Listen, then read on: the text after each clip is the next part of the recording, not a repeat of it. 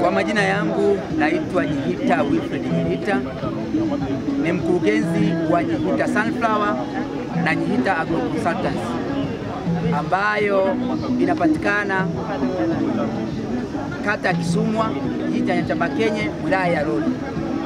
Nyihita Agro Consultants tunajihusisha kikubwa kwenye masuala ya ushauri upande wa kilimo, lakini Nyihita Sunflower tunajihusisha na uchakataji wa mafuta ya kula ya alizeti.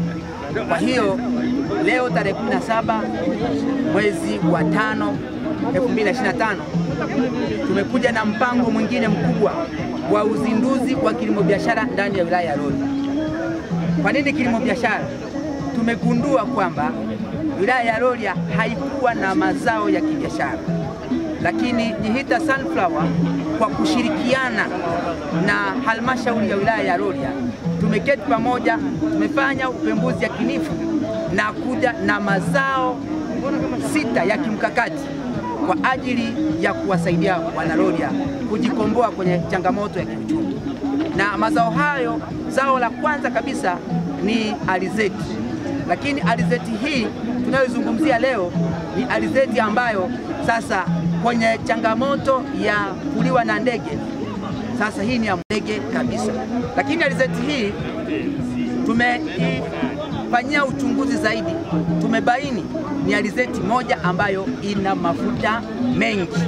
Kwa hiyo ni tofauti na alizeti zile ambazo tulikuwa tukizilima huko nyuma. Kwa wale wakulima ambao wamejitokeza sasa kwa ajili ya kwenda na kilimo cha alizeti, sasa hii mbegu ya Sunflower au kwa lugha nyingine ya kitaalamu inaitwa Catams ni mbegu sasa ambayo inaenda kuleta mapinduzi makubwa hasa kwa wajasiriamali na wakulima wa wilaya ya Rorya. Lakini pia tumekuja na zao lingine la kimkakati, zao la mbaazi, tumekuja na dengu, tumekuja na mahindi, tumekuja na ufuta. Haya mazao yote tumeyafanyia upembuzi yakinifu na tumegundua ndani ya wilaya ya Rorya yatafanya vizuri na soko lake ni la uhakika. Na ndugu zangu wanahabari na Watanzania ambao wanamsikiliza Nyihita, wajue kwamba zao la dengu ni zao ambalo wala halihitaji mvua. Wakati mvua inakata, ule msimu wa mvua unakata, ndipo tunapanda zao hili la dengu. Ingawa kuna maeneo mahususi ambayo yanatakiwa tuweze kulima hili. Dengu inastawi sana kwenye eneo lenye udongo wa mfinyanzi na maeneo mengi ndani ya wilaya ya Rorya, japo mfano tu ni pale Uchuna, tunaangalia lile bonde lote ni eneo ambalo lina udongo wa mfinyanzi. Kwa hiyo leo wana Nyabrongo, wana Nyantorogo, wana Kisumwa, wana Mirale, wana Kitembe, wana Goribe na wana Ikoma tunawaletea kilimo cha dengu. Amkieni mkachangamkie, hii ni fursa, na maeneo mengine ambayo pia sikuyataja. Lakini kwa namna moja au nyingine, kule maeneo ya Changasaga, Nyamagaro, maeneo ya Kyang'ombe, maeneo ya Kigunga, walikuwa wanajiuliza tufanye nini sisi kwenye mazao ya kibiashara. Leo tumekuja na ufuta. Maeneo hayo yote yanastawisha ufuta, maeneo hayo yote yanastawisha dengu.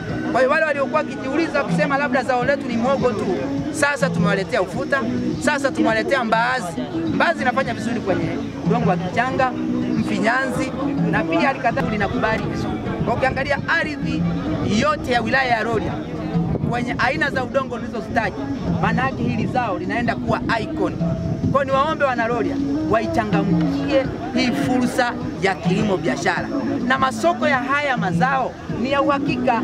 Kwa hiyo sasa hatutegemei wana Rorya kujiuliza tunaenda na zao gani. Mazao ndiyo haya tumeyaleta.